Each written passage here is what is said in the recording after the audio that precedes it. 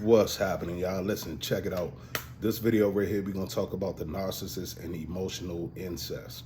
So, the reason that I wanted to tackle this topic is because I always hear about narcissism and emotional incest from the standpoint of the male narcissist and his mother.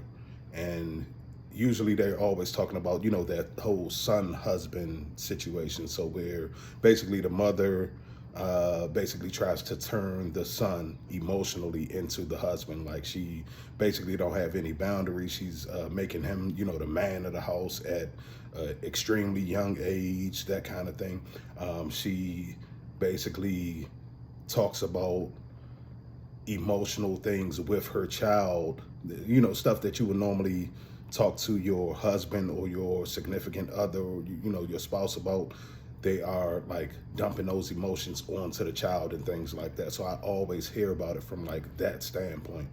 And I've never heard it from the standpoint that I'm about to give it. But, and usually I guess maybe it's a little bit different from narcissist to narcissist or whatever the case may be. But in my situation, I usually hear like the mother of the narcissist woman is always like highly in competition with them and all of that kind of stuff, which I could kind of see in my situation that maybe there was a level of competition there. But in my situation, it seemed more so like emotional incest to the point where the narcissist that I was dealing with, her mother was extremely masculine. You know what I'm saying? Like she carried herself, you know what I'm saying, like a real masculine type of, you know what I'm saying? Like, don't get me wrong, like looks aesthetically, she's a woman, you know what I'm saying? But I mean, in this day and age, there's a lot of women that come off from a very masculine like stance, you know what I'm saying? Like, I guess it could be labeled toxic masculinity even in women, you know what I'm saying, that kind of thing. So she comes from a real standpoint of like independent, do her own thing, she don't need no man for nothing, that kind of thing. So when the narcissist got pregnant by me, and the first thing that she said out of her mouth was, I don't need no nigga. I don't need to be with you. I'm just like my mother. I immediately, you know what I'm saying? I immediately knew. I was like, okay, this isn't a me problem. You know what I'm saying? This is a whatever you and your mother have going on. You know what I'm saying? Like your mother is basically the example in your life that showed you how to move like this. You know what I'm saying? So off the break, I was, I didn't take the blame like some other victims that I've heard, tell their story.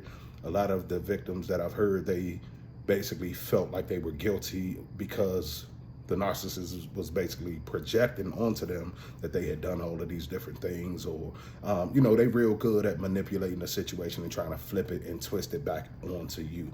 You know what I'm saying? So, a lot of people get caught up thinking that it's their fault, or they need to be better, or they need to do something better to get in the good graces of the narcissist again, basically.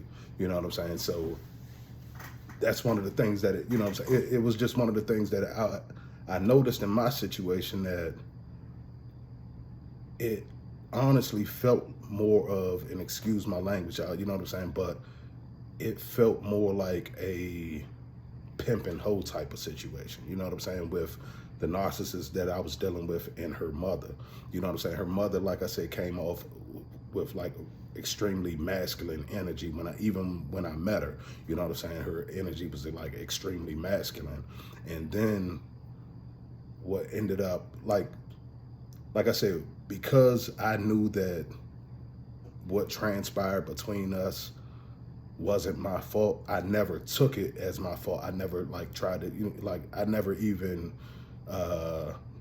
looked at it like, oh, well, I could have did this better, or I could have, like a lot of the victims go through that, because it literally was me trying to step up to the plate. I was trying to step up and clean up the mess that we created, you know what I'm saying, as far as her getting pregnant under the circumstances, not that my son is a mess, but just the circumstances that her and I conceived the child. Like, we weren't in a full-fledged relationship or anything. We live in two totally different cities, almost about an hour away from each other. And it just wasn't a smart move. You know what I'm saying? It wasn't a smart move, but me trusting her and me trusting the fact that me and her was on the same page, which we weren't, you know what I'm saying? Obviously, we weren't on the same page at all. And just me trusting that situation and thinking like, okay, nobody's going to try to be like trapping anybody with a baby in the situation. Nobody's going to be trying to, be dishonest or disloyal in this situation. And mainly it's like I said, because I had history with her. I grew up with her, and I thought that, we, at this age and this stage in the game, I didn't think that that was something that I was going to need to worry about.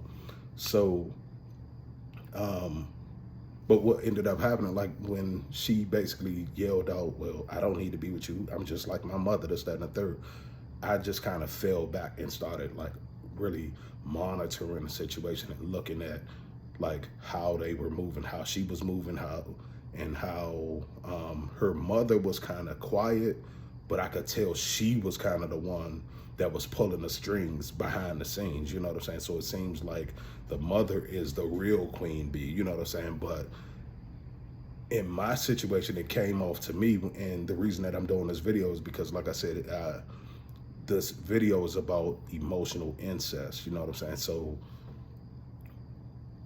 what I felt like was, okay, when the narcissist first got pregnant, I had my own home. I had all the trappings of, starting a family, that kind of thing. So when she got pregnant, I immediately was like, hey, listen, I know this isn't an ideal situation or whatever the case may be, but I was trying to make the best out of the situation and make the most out of like our relationship at that time. So I was like, listen, won't you come and move in with me?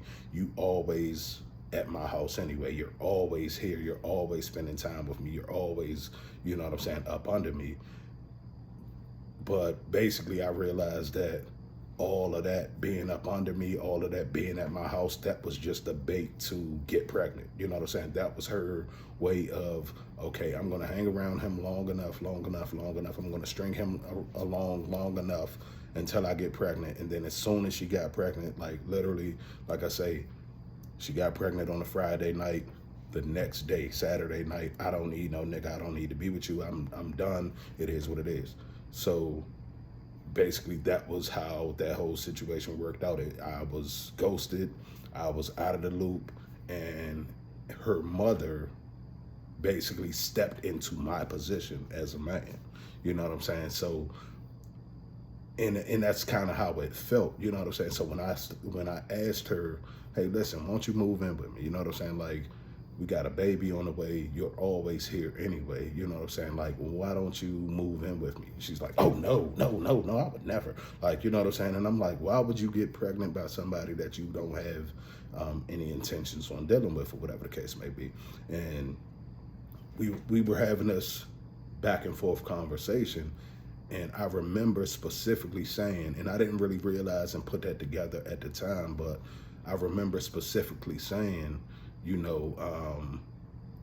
I will never be able to be your husband, because we got in a conversation about like marriage, and now that we have a kid on the way, like I was basically expressing to her that I'm the type of man that, if I were to get you pregnant, I would at least want to try marriage with you. You know what I'm saying? Because of the fact that I did care for her, and not only did I care for her, we had a child on the way, and I was trying to like keep my family intact, because I grew up in a split household situation. I grew up in a situation where I had to go to my dad's on the weekends and go to my father's house on, during summer times and stuff like that. So I never wanted that for my son. You know what I'm saying? I never wanted that for my children just in general. And I never wanted to be apart from, you know what I'm saying? Like, my children at all. You know what I'm saying? Basically, I never wanted to be apart from my children at all because I grew up like that, and I was trying to basically break that curse in my lineage. You know what I'm saying? I was trying to break the fact that, okay, I came up like this. My father didn't leave me with much when he died. So it's certain things that, me as a father now, I go out of my way to do because of the things that I experienced when I was a child, and the things that I felt like I lacked as a, the things that I lacked as a child.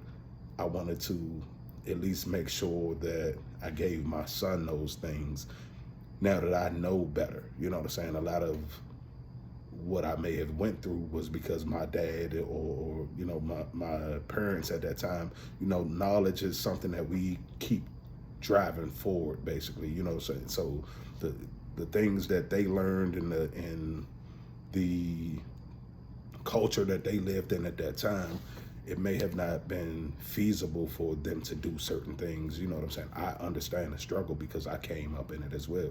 So because I understand the struggle, I realize like it's on me to pick up where they left off and continue to keep my family and my name and our lineage moving forward. And it's on me to break those generational curses. Now that I have the opportunity, I'm a grown man, I'm able to do these things on my own. And it's basically me having to address a lot of the traumas and a lot of the drama and stuff like that from my past. But one thing about taking accountability is realizing that just because you went through all of those things in your past, or just because you went through a lot of traumatic situations that you basically didn't have no control over, doesn't mean that going forward you can use that as an excuse to not put your best foot forward and try to do the best in your family and in your lineage to make sure that your line, the line after you, everybody that comes after you, doesn't go through and experience the same things that you went through. You know what I'm saying? So basically, like, breaking those generational curses. You know what I'm saying? Like literally doing the behind the scenes shadow work to break those curses that have been traveling through your family for God knows how long, through generation after generation after generation. Like, a lot of people have a lot of sexual immorality in their family and things like that. So one of the things that I noticed is, it's not something that's like, okay, this is one generational thing, like this one particular generation is just completely messed up. Nah, it's just something that traveled through your history, that traveled through your family, that traveled through your lineage. You know what I'm saying? So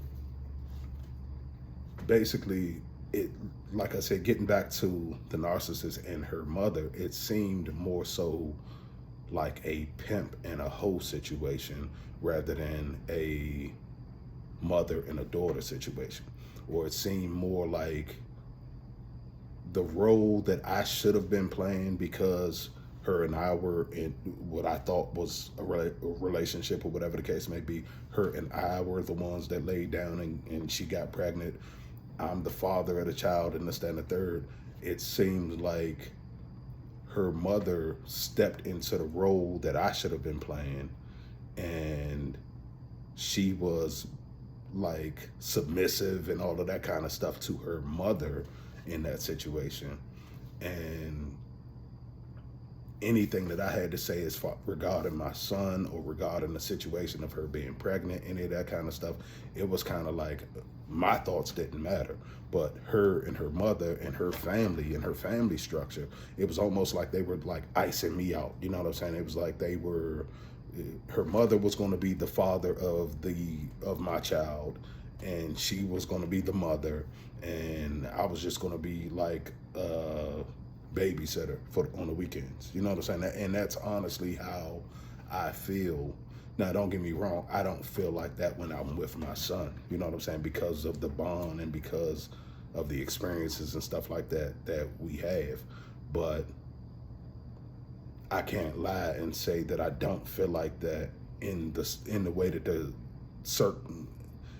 that the custody situation is set up right now currently. You know what I'm saying? I feel like basically I don't get to make any real decisions in my son's life, because all of the real decisions are being made by her and her mother.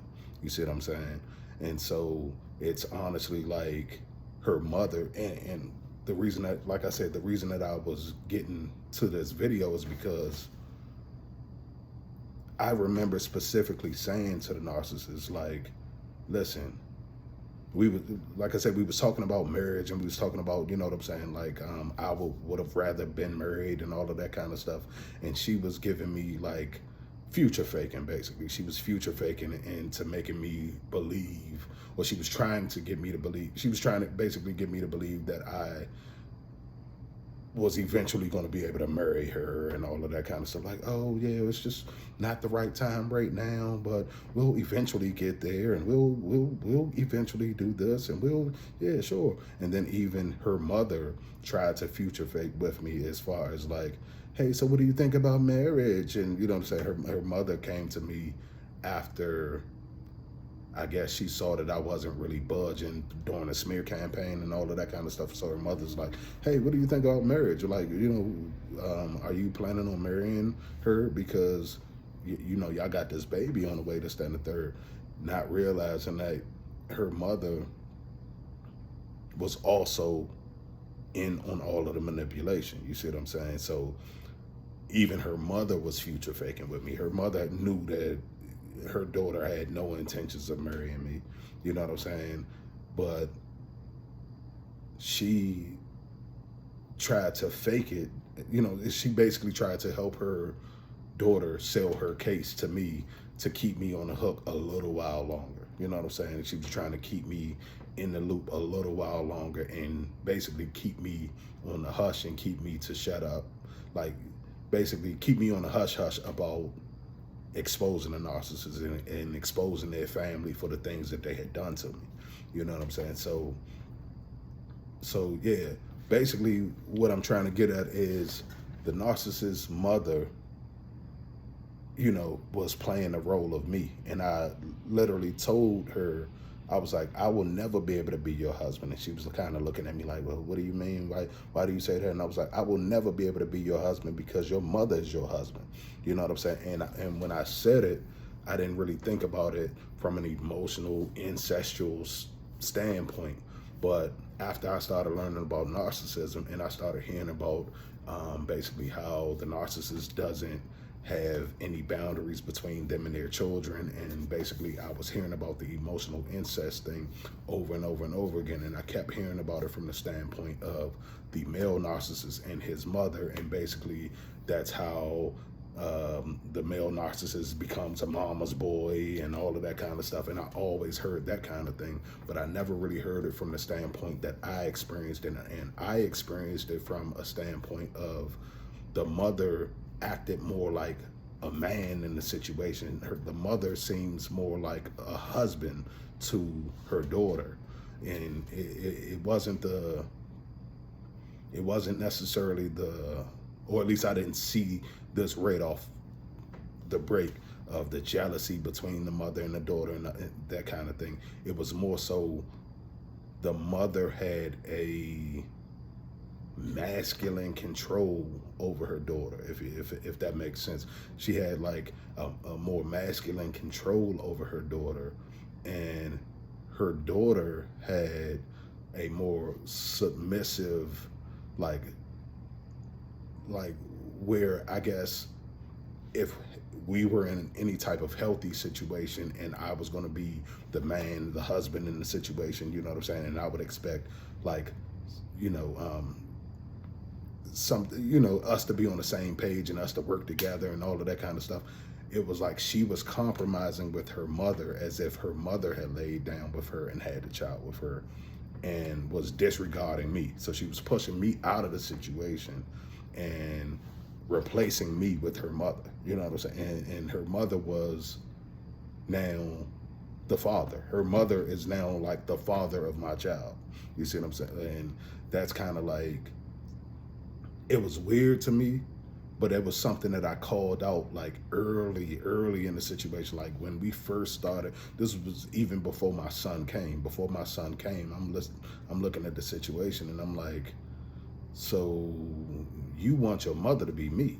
You know what I'm saying? Like, I will never be able to fill your mother's shoes. I will never be able to, you know, step into her shoes or whatever the case may be, because you have such a high regard or whatever the case for your mother. And it's not really because when she was around me before the discard and all of that came, she complained so much about her mother. She complained about how her mother basically was, you just don't understand my mother. You just don't know my mother. You just don't know, you know, this, that, and the third. And basically she used to say that type of stuff to me all of the time. But after she got me into the position that she wanted me in, then it was like, oh, mommy dearest. It was like, mommy can't do no wrong. Mommy this, mommy that, mommy this, mommy that. And that used to kind of throw me off too, because we're talking about like a 40-plus-year-old woman that is mommy this, mommy that, mommy. You know what I'm saying? That kind of thing. And it was kind of like, I didn't pick up on that at the beginning, but towards the middle and the end, I started realizing the type of control that her mother had over her. And when I saw the level of control that her mother had over her, I realized like there was no way of me, you know, like it was nothing for me to do to try to fix that situation, because even when, like I said, even when she left under the guise of, I'm just like my mother. I don't need no nigga. I don't need this. I don't need that. And it was like, so your mother basically running you. You know what I'm saying? Your mother is basically pimping you. You know what I'm saying? And that's kind of the situation. What it, you know what I'm saying? Like in all reality, it seems like her mother has groomed her daughter to be a whore.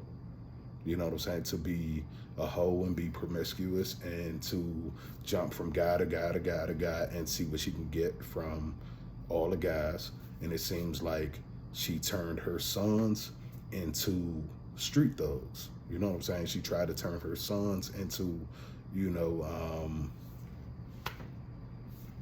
street dudes. You know what I mean? Like y'all can fill in the blanks on that. But basically, it seems to me like her mother has turned her daughter out to the streets, and the sons, they do the bed and they do the dirty work in the streets. You know what I'm saying? If that makes sense. So I just wanted to tap in and just and let y'all know how I felt about that, because it was something that was like firsthand knowledge to me. I actually didn't realize like the enmeshment or the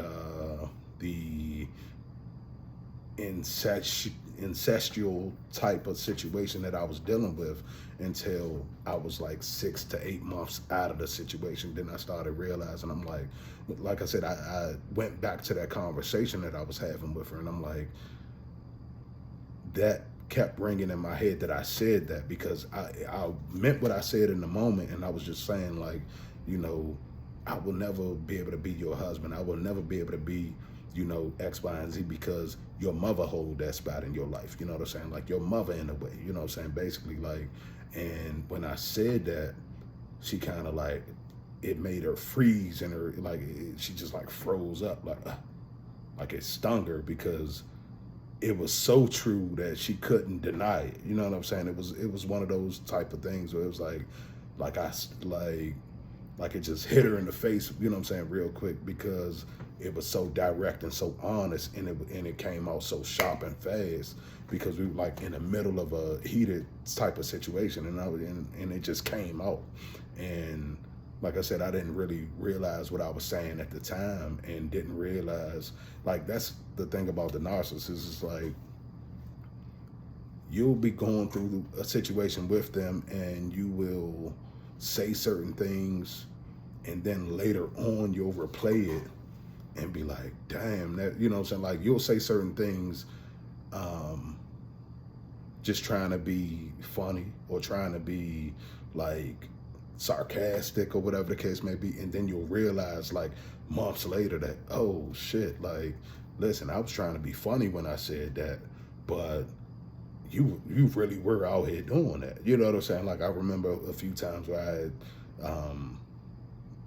made jokes about her cheating. You know what I'm saying? Like, made jokes about it, made jokes about her running around doing her thing. And I'm like, you know, you out here doing X, Y, and Z, whatever, woo, woo. And she was like, no, no, no, no, all of that. And I would always just like, yeah, all right, you know what I'm saying, whatever. Like, not thinking that that was actually going on, but I guess it was kind of like that inkling in the back of my head. It was like that red flag waving in the back of my head telling me like, it's a possibility, you know what I'm saying? So because it was a possibility, I never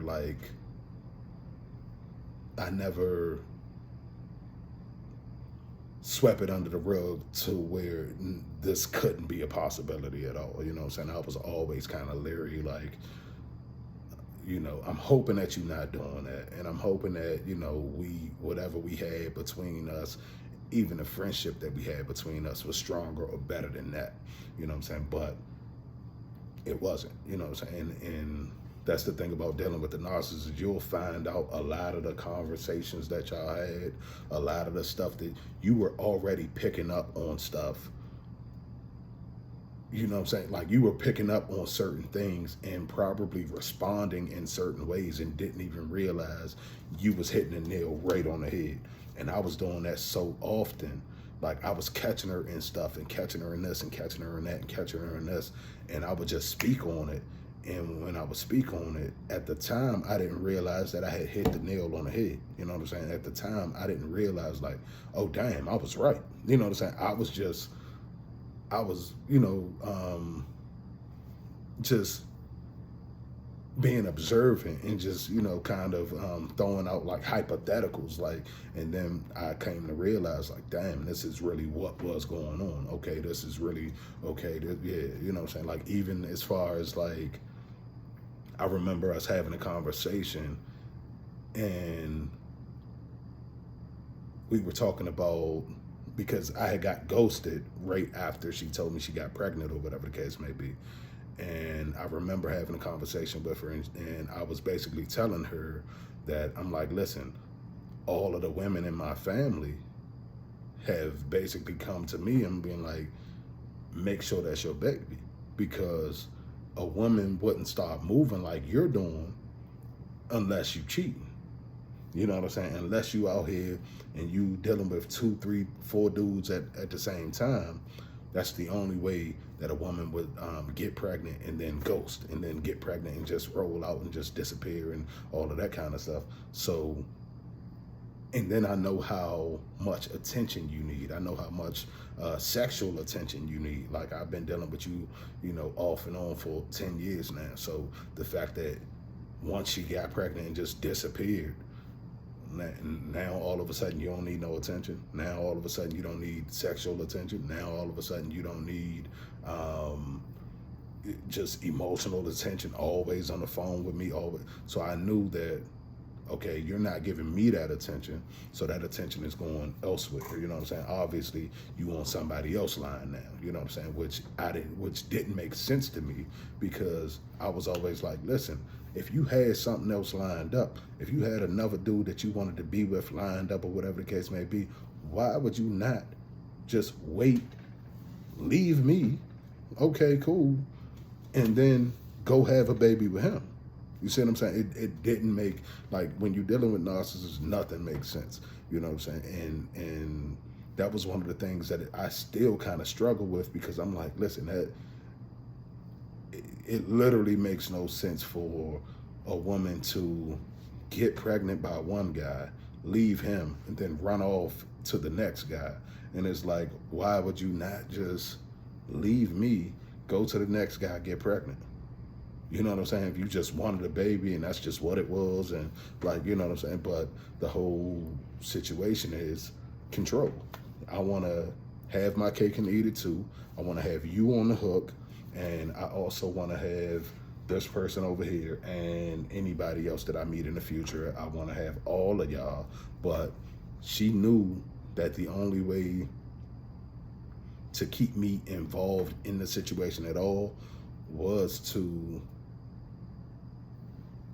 lock me into a situation where I couldn't get out of it. You know what I'm saying? Basically, like, she knew for a fact that I had too many other things going on and too many other options and stuff like that. Not saying like, but I was basically, I'm, in Washington, D.C., or, in the surrounding areas without any children, with a steady, good paying job or whatever the case may be. You know what I'm saying? It was almost like a friend of mine, he always he made the analogy one time. He was like, man, you was like a unicorn. You know what I'm saying? Like you're a unicorn because it's not many men your age in our age bracket that don't have no kids, that don't have, you know what I'm saying, they got their own business, that got, that has their own home, and that, has a steady income, on a full-time job as well, and all of that kind of stuff. So he was kind of like, man, you was like a super eligible bachelor at the time, and he was like, you was kind of like a unicorn. And you know what I'm saying? And it kind of made me laugh because he was saying like, yeah, you're a unicorn. You was a unicorn, but then now your baby mother then came in, and now she didn't had the baby with you. And basically he's like, all she did was she just knocked that little thing off your head. You know what I'm saying? That's what my man, shout out to you, Seth, man. You know what I'm saying? I love you, boy. You know what I'm saying? But he basically was like, man, listen, he's like, she just slapped that little unicorn thing off your head. Now you're a horse. He was like, but, horses still do their thing, man. Horses still, so he was trying to encourage me or whatever the case may be. And I appreciate him for that because I was going through a lot just trying to understand what happened at that time. So he was trying to, make me laugh about the situation or whatever the case may be. But the analogy was so strong that I was like, damn, you're right. And he was, basically he's like, listen, you still a horse, dog. Like you still who you are. You just don't have that little horn on your head no more, that, because, now you got a baby on the way, and now you're not that dude that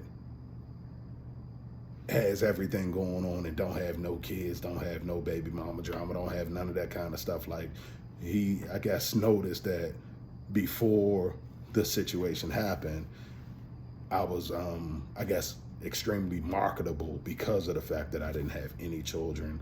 I was in my late 30s, had a good job, had, my own home, all of that kind of stuff already. So I guess he felt like, okay, well, your sexual market value is, pretty high because of the fact that you don't have any children, you know what I'm saying, that kind of thing. So he was just like, yeah, man, she just smacked that little thing off your head, man. You still a horse though, you know what I'm saying? And I always remembered that, and I always, man, appreciated him for, just trying to find some humor in the situation, but at the same time, kind of just reminding me that I am still strong and I am still worthy of, good things happening in my life and all of that kind of stuff, because I was at a stage in my life at that time where I had worked so hard to do everything right, and then I got caught up with the narcissist, and I felt like everything was just kind of like snatched from me at that time. You know what I'm saying? So, yeah, I just wanted to tap in and just, like I said, this video right here was really about the narcissist and emotional incest, and talking about what I experienced as far as her mother was more like the husband. Her mother was and still is gonna always be in the place of any man that comes in her life. You know what I'm saying?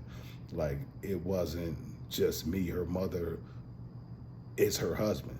I told her that. Like, I literally told her that specifically. I was like, man, I would never be able to be your husband because your mother is your husband. And like I said, it cut her so deep, and I could just kind of tell that, you know, even though she's a narcissist, and even though, you know, maybe, you know, I don't know if what we actually say to them get through to them, and I don't know what capacity it does, because obviously they ain't sane, you know what I'm saying? Obviously that's out of the loop. You know, that's out of the question for us to even consider them as sane people, you know what I'm saying? But when I, you know, when I really go back and think about it, it seems like a lot of the things that I said directly and brutally, like, you know what I'm saying? It wasn't necessarily brutal, but I just have a way of being very logical and very direct when I speak. So when I kind of felt how I felt, I said it, you know what I'm saying? And every time that I would say it, it would always be kind of like this, like, shock, like, "Ah, I can't believe he just said that." Like, and it was always kind of like this, like, damn, he caught me. You know what I'm saying? It was like this, damn, you know, he found me out, or damn, he's figured out, you know, how my family really is, that kind of thing. It was never, you know, it was never just like, okay, dang, well, he felt the way he felt about it. It was what it was. And it was always just like shocked, like, oh shit, you know what I'm saying? He's catching on too much, you know what I'm saying? It was kind of like, okay, I need to figure out a way to get out of the situation now, that kind of thing. Like, so yeah, you know, I just wanted to drop this because, like I said, I had never heard it from the standpoint of where I dealt with it from, as to where the mother was more like a pimp and the daughter was like a hoe. You know what I'm saying? And the daughter, well, that's what they was anyway. You know what I'm saying? But it seemed more so like the daughter was under full control of the mother. You know what I'm saying? Under a level of control that anybody that came in and threatened that was going to be attacked. And so it's almost like, well, why are you dating men? Why are you dealing with men? Why are you dealing with anybody? Because you know, as soon as any man gets close to you, your mother is going to dominate that situation. You know what I'm saying? Your mother is really going to, you know, basically step into that situation and kill any,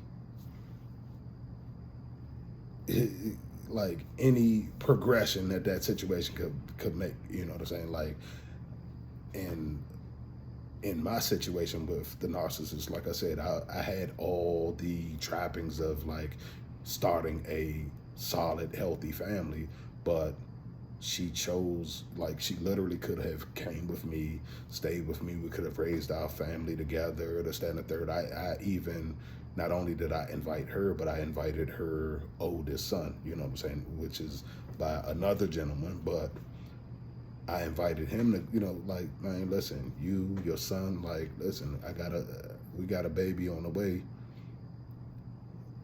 Your son is my son. Your son is my son's older brother. So of course I'm like, listen, come on in.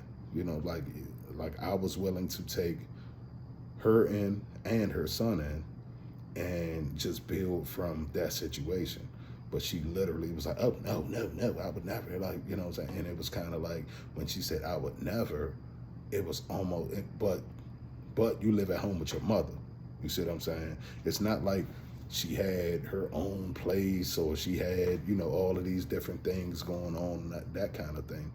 And now I just realized that her mother let her get away with everything, number one, and her mother is like the man in her life. You know what I'm saying? So when she says she don't need no nigga, it's because her mother basically fulfills that role. Her mother is the breadwinner in the situation. So she goes home, and like the same way that, she, you know what I'm saying? It's almost like she's a housewife and her mother is the husband going to, you know, make ends meet and all of that kind of stuff. And it pushes me into a situation where I have to compete not only with, I have to compete with their whole family, but I have to compete with, like, you got to look at it like this. I was a young man that was on my own that had to get it out the mud. You see what I'm saying? I had to get mine all the way, from the ground up. Now, I have to compete with a woman that has been in the workforce, and actually, her mother is retired now, so I have to compete, and basically the hold over the whole situation is, I guess, her mother's financial situation is so strong that she doesn't need a man because her mother is taking care of all her finances and stuff like that. Her mother is taking care of her living expenses. Her mother has, I guess, enough money to, feed them and keep food in the house and all of that kind of stuff. So basically it allows her, and it affords her daughter to not have to be serious about work. You know what I'm saying? She can go to a job for a couple months and then quit, and then go to a different job and then quit, and then go to a different job and then quit. And then she can go out in the streets and get some dick from different guys and all of that kind of stuff. But if she so happens to get pregnant, boom, now she has her mother there, and now her mother's retired. And because her mother's retired, she needs something to do. She's bored. She's, miserable with her own life. So now they're going to just go out and have a baby with some random guy, and then we're just going to take his baby. And I'm going to be the father, like the mother's going to be the father, and the daughter is going to be the mother, and we're going to raise this child, and we're going to disregard the father. So basically it's like you're cutting me off at the knees as a father by allowing your mother to step into the role that I should be playing as a father. You see what I'm saying? And that's what's always kind of bothered me, because I'm like, listen, I did everything that I should have done. The worst thing that I did in this situation was pick the wrong woman. You know what I'm saying? Like, because I bought my home when I was 28 in hopes of being established and prepared for when I did decide to have a family. I worked my ass off to maintain the home and to, accumulate other things in life, and just to, make things a little bit easier for my wife, so that way she didn't have to worry about, having a roof over her head or any of that kind of stuff. Like, so basically I had all of that stuff in place because I was thinking ahead, trying to think of my family, trying to think of, listen, me as a man, I need to have a roof over my head so that I can have somewhere to provide and protect and to, even establish my family. And so I had done all of those things, and I had got all of, everything situated. And basically I was just looking for my wife, or, my woman at the time. And then the narcissist came in and basically bulldozed her way into my life. You know what I'm saying? I wasn't even looking. I literally was not chasing her. Wasn't necessarily looking to be in a relationship with her, any of that kind of stuff. It's like she was so persistent and so consistent at the very beginning that it made me feel like, okay, maybe this is genuine, maybe this is real. And we had had so much history, and I had spent so much time invested into the situation, that I'm thinking like, okay, let me at least see where this goes. And in me seeing where it went, we ended up with a child, and she ended up discarding and going on with her life and doing her thing. And like I said, it seems like I am just the glorified babysitter that gets the child dropped off to him on the weekends. You know what I'm saying? And I never wanted that for my child. I never wanted, like, if y'all see my son and y'all see his swag, and he's like a little teeny me, but it's like he's getting less and less and less of my influence because I'm not in the home with him.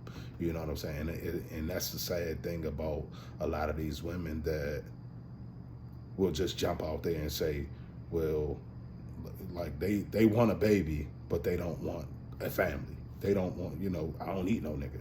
Like, You might not need no nigga, but your child needs a father. You see what I'm saying? So that's like one of the most selfish things that a woman could do, is to bring a child into the situation and then say, well, I don't need you. You know what I'm saying? Like, like, why would you, you're basically bringing that child into a situation, but in a deficit. That child is coming into the situation either fatherless or limited fathered. You see what I'm saying? Limitedly fathered. I'm gonna coin that term on the channel, man. They basically pushing me into a situation where my child will be limitedly fathered. You know what I'm saying? He's not with me every single day. He's not able to get my discipline every single day. He's not able to get my swag, he's not able to get my principles and how we manage things and how, like, and it's hard to try to squeeze that into 2 days on the weekends. You know what I'm saying? And so, like, the government and a lot of these women just don't even realize how they cutting us as men off at the knees from being good fathers, especially when we want to be good fathers. We're active fathers. It's a lot of us that are like that are just in a situation where we just chose the wrong woman. You know what I'm saying? And that's the saddest thing in the world, because when it comes down to like the custody laws and all of that kind of stuff, everything is basically geared to bail the woman out. You know what I'm saying? Everything is geared towards, like, a woman could make all types of bad decisions when it comes down to just having a baby, and I'm just gonna leave the father, I'm gonna go do this, I'm gonna go do that, and she can still get child support, she can still get government assistance, she can still get all of these different things that benefit her to walk away from that man. You know what I'm saying? Whether the man was good, bad, indifferent, whatever the case may be, like, it's an incentive. It's basically incentivized to leave that man because I get more benefits if I do. You know what I'm saying? So it's really like a double-edged sword when we coming down and we start tapping into like the whole government situation and the whole the way that the world is structured, you know what I'm saying, the way that life is set up and the way that everything is basically run in the world. So like I said, I just wanted to drop this on y'all real quick, man. It's a lot of women out here that are using their mothers to cut the man out of the situation because the mother has money, or the mother is willing to keep you in the house. And the mother, not only does the mother have money and all of that kind of stuff and have a lot of masculine qualities and all of that stuff herself, but the mother understands that the daughter is a whore. She basically pushed her into whoredom. So the mother is okay with her running guys in and out, in and out, in and out. She don't have to be accountable to one man at her mother's house. You see what I'm saying? Her mother allows her to continue to go out and cheat. Her mother allows her to go from guy to guy to guy to guy to guy without saying anything or without even checking the situation and say, hey, listen, you're doing too much. Like, maybe you need to slow down and be with, like, her mother encourages her to go out and do the things that she's doing. So how can I compete with that? You know what I'm saying? How can I compete with that? And the only thing that I can do eventually is fight for custody for my son and try to do the best that I can as a father to raise him.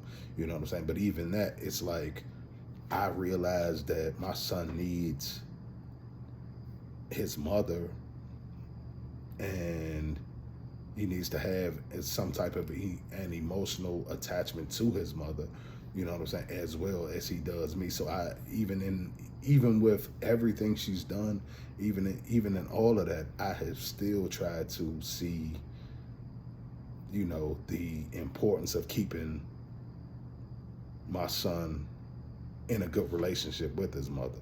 You know what I'm saying? Even though she has basically tore my life apart and, tried to tear me down as much as possible, try to hurt me as much as possible. Even now, like continuously trying to put the new supply in my face and all of that kind of stuff. Continuously trying to, you know, sell her situation as if it's a perfect situation, or as, you know, basically, and the only reason that I know this is because we have a child together. You know what I'm saying? Like, if I didn't have a child, like I said, all of y'all folks that don't have no children with the narcissist, man, salute to y'all, man. Get out, stay out, don't never turn back. If y'all can get out, and man, it's a blessing to be able to just walk away from that situation without any like attachments, especially children. You know what I'm saying? Like, if it was a money attachment, I would have just been walked away. You know what I'm saying? Because it's not worth it. It's not worth the headache. You know what I'm saying? But this is my child. You know what I'm saying? So I can't just walk.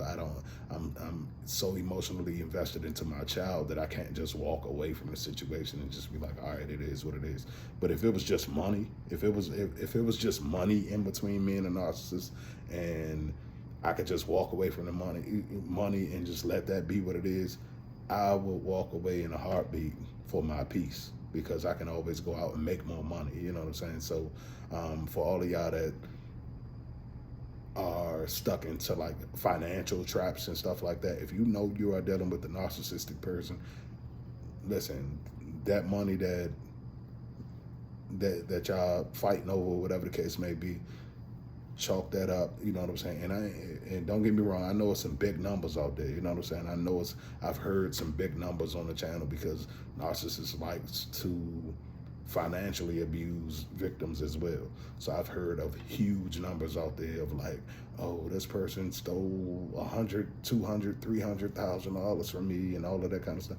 I've like, go in the comment section. If you go in the comment section, you'll come across people that have said, you know, oh, the narcissist stole $250,000 from me, and that kind of thing. So I know the number can make a big difference, or whatever the case may be. But if y'all talking about some short money, man, 10, 15, 20,000 even, you know what I'm saying? Like, yeah, it's gonna hurt, it's gonna sting to have to bite that, but I would rather have my peace than to be trying to chase $20,000, that kind of thing. You know what I'm saying? So that's just my take on the situation, man. I just wanted to drop this video real quick because, like I said, it's something that I dealt with firsthand, and I never heard it from this standpoint of like the mother basically being the pimp of the daughter, or you know what I'm saying, or she's basically the masculine in the situation, and her mother is basically going to always, she's never going to be able to, the narcissist that I was dealing with is never going to be able to respect a man, submit to a man, any of that kind of thing, because of the fact that her mother is the masculine figure in her life. Her mother is always going to be in place of any man that comes in her life. You know what I'm saying? So, like I said, I just wanted to drop this on y'all, man. Salute to the whole family, man. I love you guys. I will tap back in with y'all later. It's getting kind of late. I got to get back up for work in a couple of hours, so I'm going to go ahead and call it a night, man. But I will tap in with y'all later. I love you guys, and I'll talk to y'all soon, man. Talk to y'all in a minute. Love y'all.